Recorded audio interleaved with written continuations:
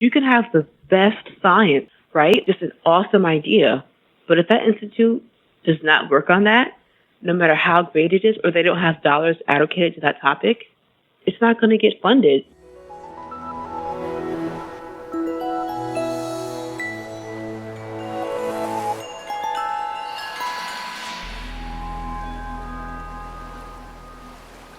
Welcome back to the Faculty Factory podcast. I'm Kim Skorupski. On today's Triple H, the Habits and Hacks from Hopkins, we have one of our tried and true guests, I guess second time, Dr. Dionna Williams. Dionna, welcome back to the podcast. Thank you so much. I'm so happy to be here again. Well, why don't you remind folks who you are, what you do here at Hopkins? Great. I'm Dionna Williams. I'm an assistant professor in the Department of Molecular Comparative Pathobiology.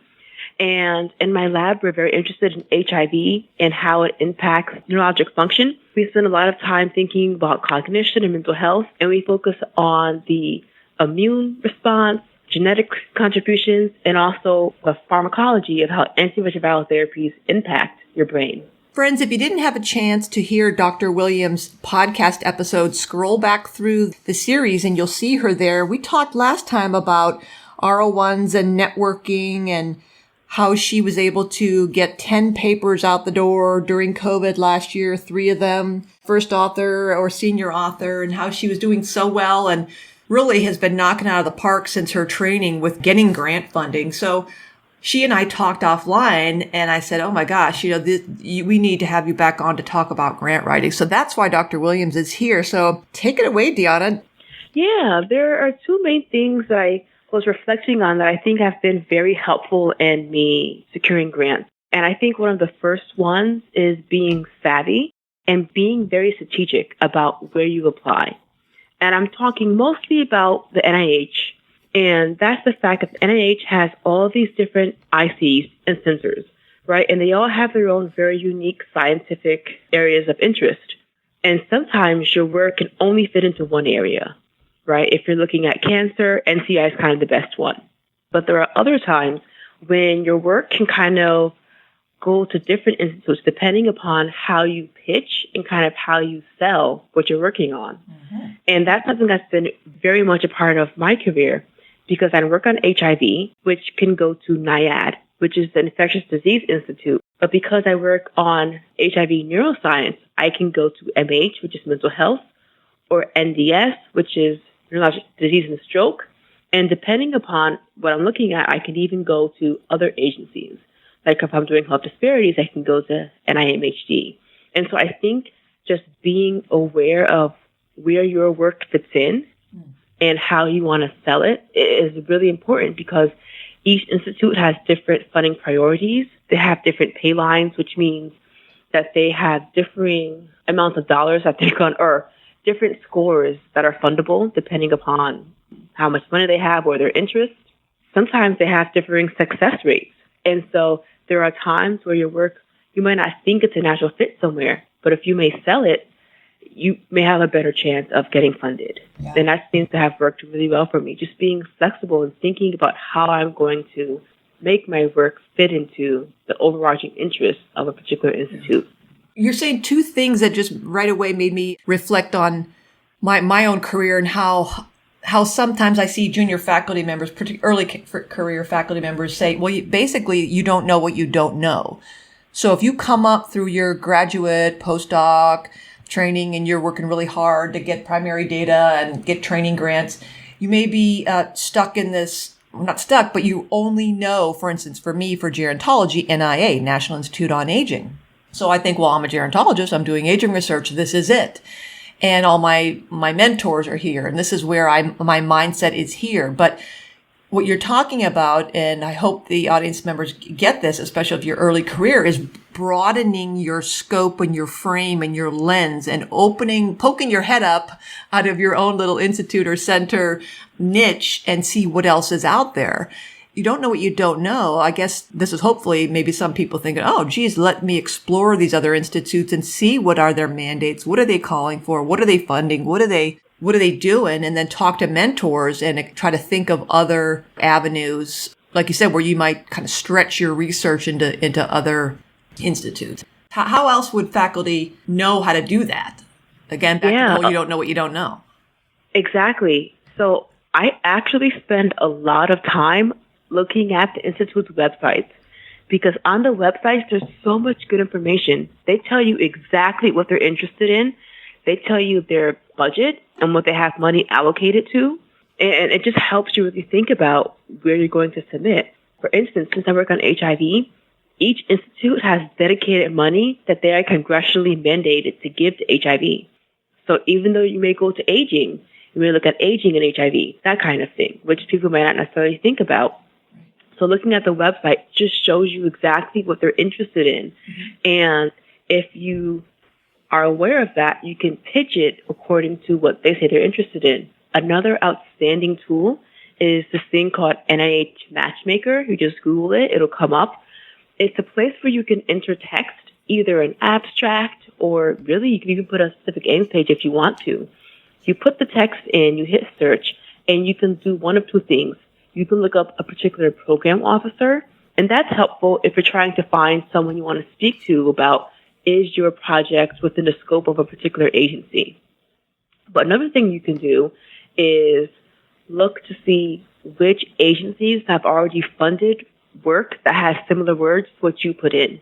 Mm. And it's outstanding because that's where you see, wow, I can go to NINDS and NIDA and NIMH depending upon how I sell it. And they kind of have a histogram plot so you can see which agency has funded the most grants relevant to that topic. Another outstanding thing that the Matchmaker shows you is it also has another histogram plot showing you which study sections funded those grants or which grants went to that study section. And that's just also incredibly important because if you know, again, the priority of that study section, you can tailor your work to fit into the interests of those people. Wow. You can even then look up the members of that study section and begin to think about how you want to write your grant to kind of suit their expertise. Wow. So two things is what I heard. Go to the Institute's websites, just noodle around there. You just Google NIH, see all the different institutes, go to each of the websites, and then explore NIH Matchmaker to see these histogram plots that search on your key terms. And then another thing I'll add is that NIH Reporter, which will tell you what's been funded, what university, who's the PI name, to get another landscape of who's doing what. The second thing I was thinking, not only do you don't know what you don't know, but the second thing is everything you're describing to me is kind of the corollary to when we write a research paper, we do a literature review. And I would be so, ridiculous in the rut of only searching Medline for many of my papers. And for a lot of my work, it made sense. But then when I started saying, Kim, there are other, psych info and other fields that have their own search engines. And when I started broadening my scope to look for literature, lo and behold, these journals may be speaking to marketing people or business people or education people, but a lot of wisdom, naturally, maybe I'm the only one who realized that I was being so ridiculous, learned that, wow, I'm overlooking a potential gold mine of wisdom about methodologies and theories and applications and how interdisciplinarity can help.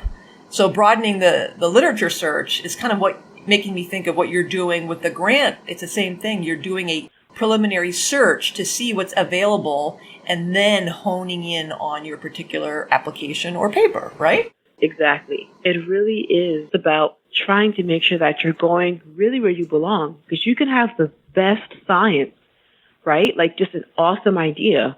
But if that institute does not work on that, no matter how great it is, or they don't have dollars allocated to that topic, it's not going to get funded, no matter how great a job you did.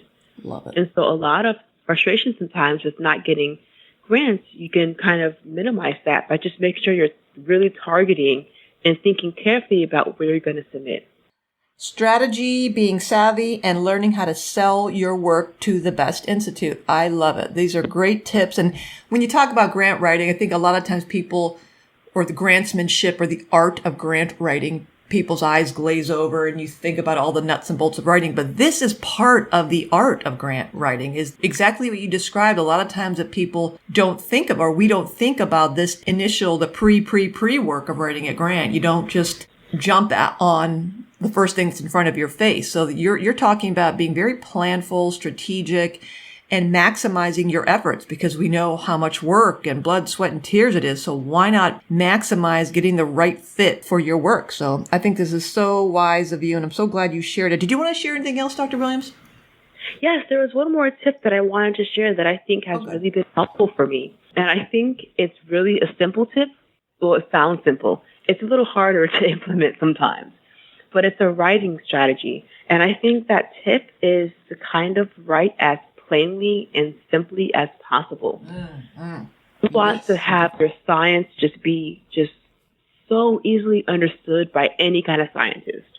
And so some tips to kind of do that is I try to not put almost any abbreviations, or as few as I can. HIV, of course, I'm going to abbreviate that. Everyone knows what that is, right? But my very, very, very specialized acronym, like in my field, we have PLWH, which is people living with HIV. In my field, you know what that means. But if you're not, that's going to be a lot of letters to remember. Right. And so I typically don't abbreviate it. I just spell it out every time. And some people don't want to do that because it takes up more space. But I think it increases readability. And for me, that's more important, because if the reviewers can easily understand stuff, I think it's going to give you a much better chance of getting funded. So that's one way to kind of help make it as plain as possible. Another thing is to get rid of all that scientific jargon and just write simply and plainly. I really think about writing for a lay audience, meaning a non-scientific audience, just speaking to someone about my work. And I try to write it such that it is just very crisp and clear and not too technical. Right. Another big thing I do is I don't try to fit in every single thing that I want to say or every single thing related to my topic. I tell them only exactly what they need to know to understand my project or the proposal. Wow, it's a lot of discipline to do that, because we tend to want to impress everybody with they're going to think maybe I'm not smart if I don't use big words. Exactly. I write very plainly, and I just explain the scientific concepts rather than using super fancy words. Or if I have to define, and use a phrase, at least will define it and spell it out such that the phrase is an afterthought, but the concepts they get kind of at the forefront. Right.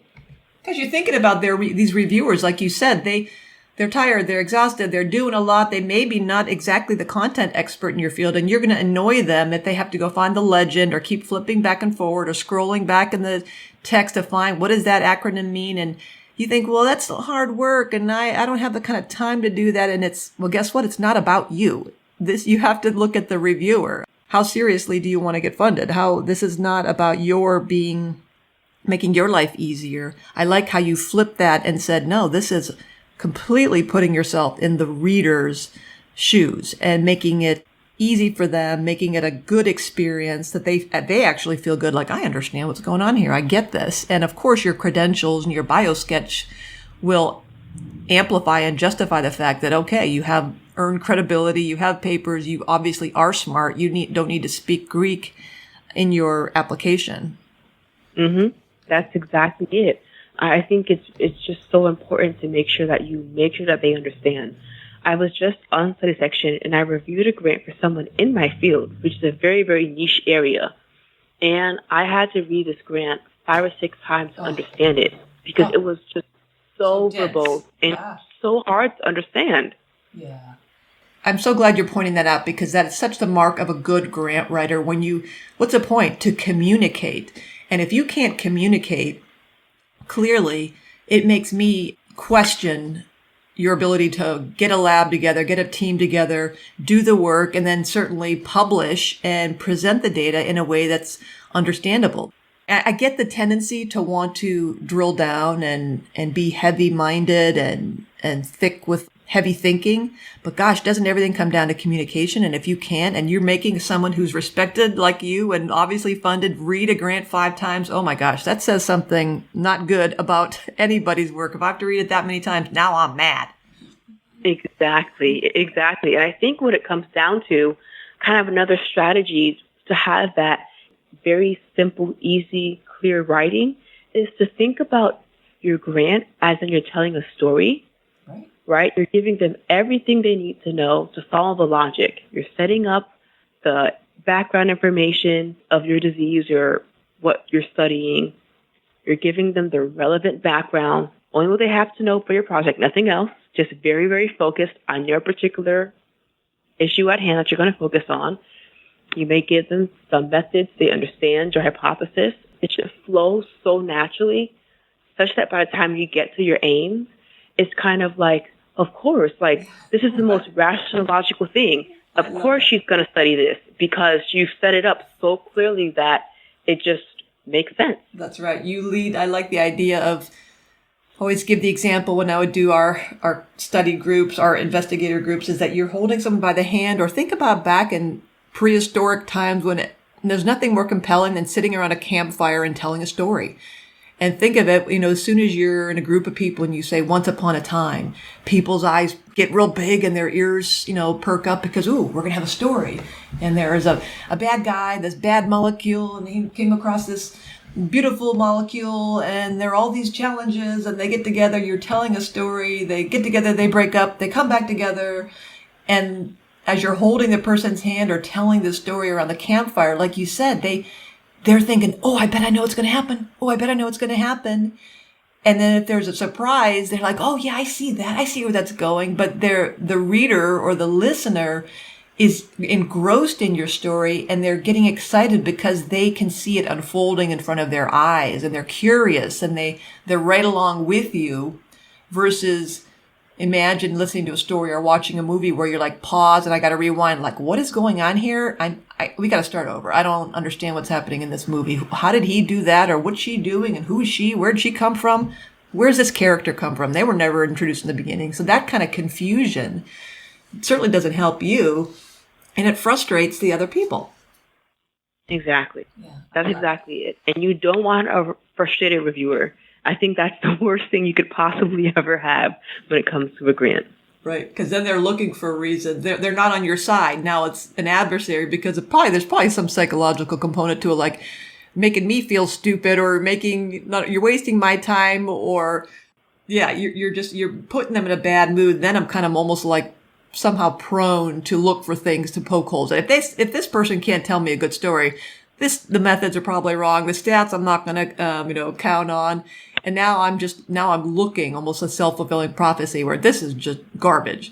So why not get somebody roped in and excited to turn the page and saying, yeah, I knew it. She was going to go there. That's awesome. That makes sense. Yeah, that's person who is, they're on your side now. And as you said, you've sold it. You've sold the story, and they're on your side. So I love it. Well, is anything else, Dr. Williams? No, those are kind of my top 2 tips. I know I gave a lot of little sub-pointers, but I think those are the biggest things that have really helped me be successful, is just making sure I'm strategic and being very thoughtful about where I'm submitting grants and why I'm submitting it there, and trying to make my writing as plain as possible, such that I draw the reviewer in and tell them just a very compelling, easy to follow story with no additional information that they don't need to know, so they don't get sidetracked and confused. Wow. Well, folks, I'm sure you are just as excited about as I am to hear from, and it just makes you it's encouraging, inspiring to hear from Dr. Dionna Williams here at Hopkins on her grant writing tips for NIH. Thank you, Dr. Dionna Williams. Thanks for tuning in to Faculty Factory Podcast. The mission of the Faculty Factory is to build and support a community of leaders in faculty development who share tools, resources, wisdom, and encouragement in service to our faculty members, schools, and institutions. We encourage you to go to facultyfactory.org to find out more. Get in touch with me, ask me any questions. Maybe you want to be interviewed on the podcast. Thanks for tuning in to Faculty Factory Podcast. We'll see you next time. The Faculty Factory podcast and website is sponsored by the Johns Hopkins University School of Medicine Office of Faculty. For more information, visit facultyfactory.org.